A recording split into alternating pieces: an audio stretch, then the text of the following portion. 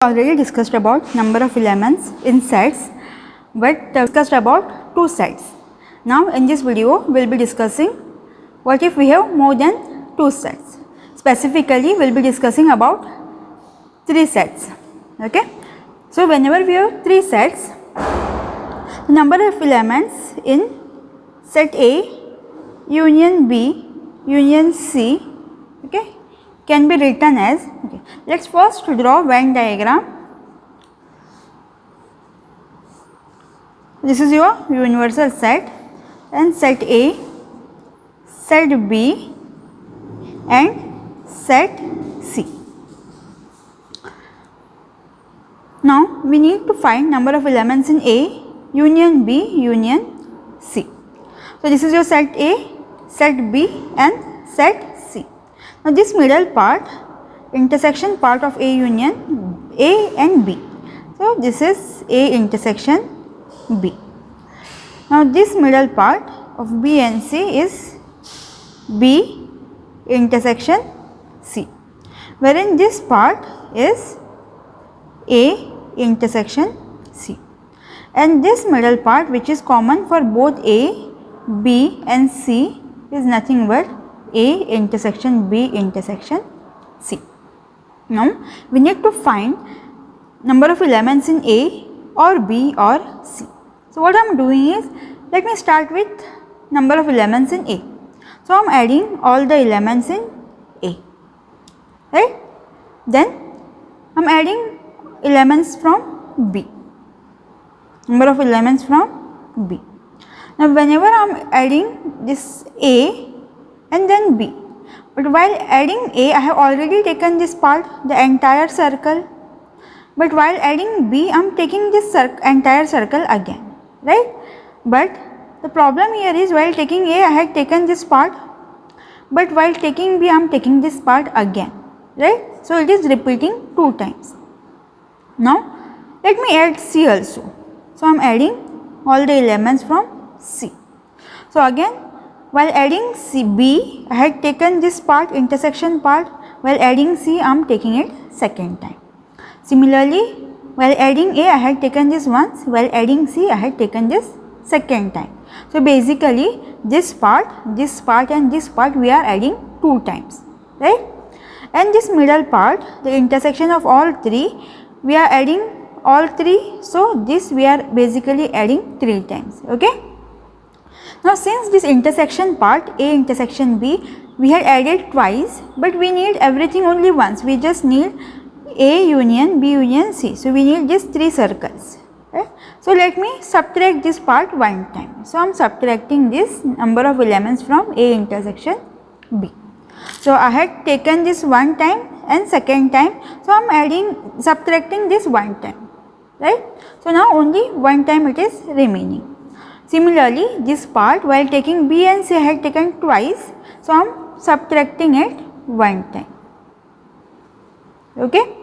Similarly, while adding A as well as C, we had taken this A intersection C two times, so let me subtract that one time. So we are done, but this part which we had added three times, right, while adding A, while adding B and C, basically this part we had added three times, but while subtracting this A intersection B, I have subtracted this also one time. Again while subtracting B and C, B intersection C second time, and again while subtracting A intersection C, I had subtracted it third time.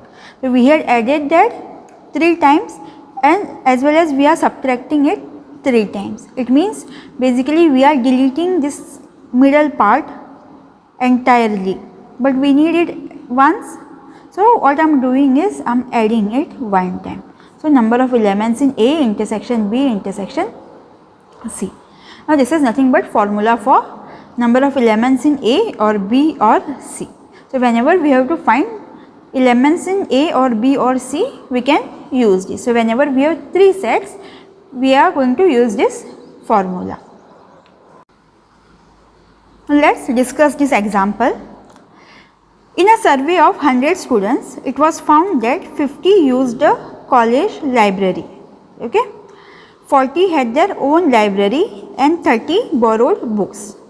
So basically we have three categories. One, people who are using college library.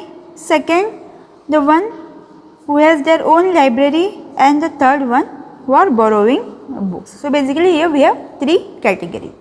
Now of these, 20 used both the college library and their own, 15 used their own library and borrowed books, and 10 used the college library and borrowed books, right? Now we need to find how many students use all the three sources. So let me first write sets. Let me take set A, B and C. So I am taking set A as students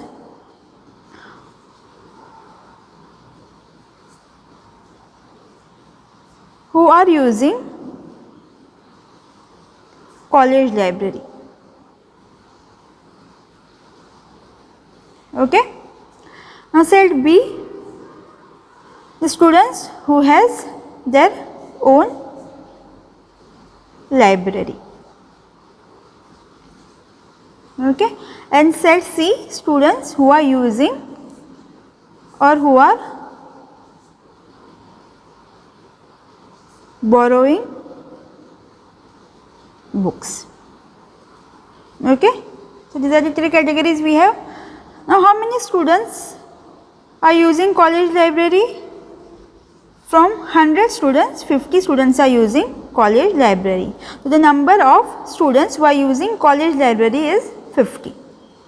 Then number of students who are using their own library is 40, and the number of students who are borrowing books, that is set C, is 30. Now out of these students, 20 used both the college library and their own library. So 20 are using college library as well as their own library. So A intersection B, because they are using both college library as well as own library. The number of students who are using college library and own library is 20. Okay. Then 15 used their own library and borrowed books. So number of students who are using their own library as well as borrowing books are 15. Okay. Then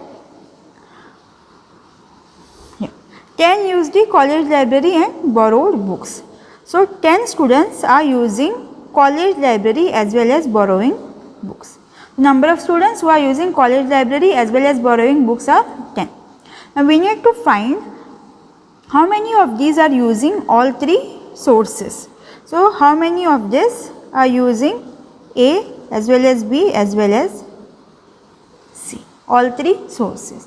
Now how many students we have altogether? We have total 100 students.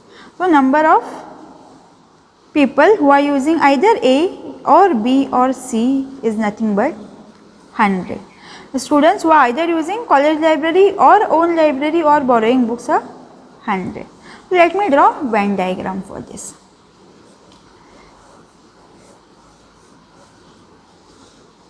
This is your set A, set B and set C. Now there are 50 people who are using college library, 40 are using their own library and 30 are borrowing books. Out of this, 20 are using college as well as own library, 50 are using own library and borrowing books, and 10 are using college library and borrowing books. We need to find how many are using all three sources. So basically we need to find this area. And how many are there total? We have total 100 students. Let us use the formula. The number of elements in either A or B or C is given as number of elements in A plus in B plus in C minus A intersection B, because we are adding it 2 times, because this 20 we had included in this 50 as well as this 40. So we have to subtract that 20 one time. Again B intersection C and A intersection C, because all these intersection part we are adding 2 times while adding this A, B and C.